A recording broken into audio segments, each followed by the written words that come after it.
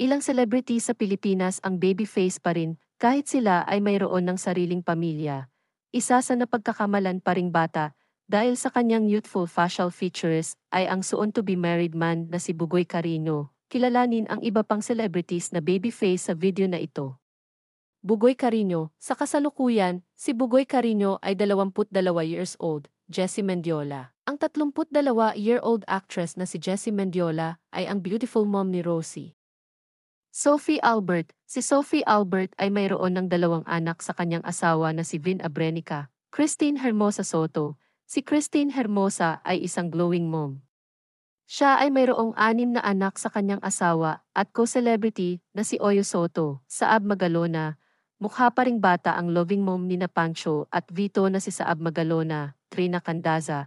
Isa si Trina Candaza sa celebrities na babyface pa rin. Colleen Garcia. Kasalukuyang 32 years old ang mommy ni Amari na si Colleen Garcia.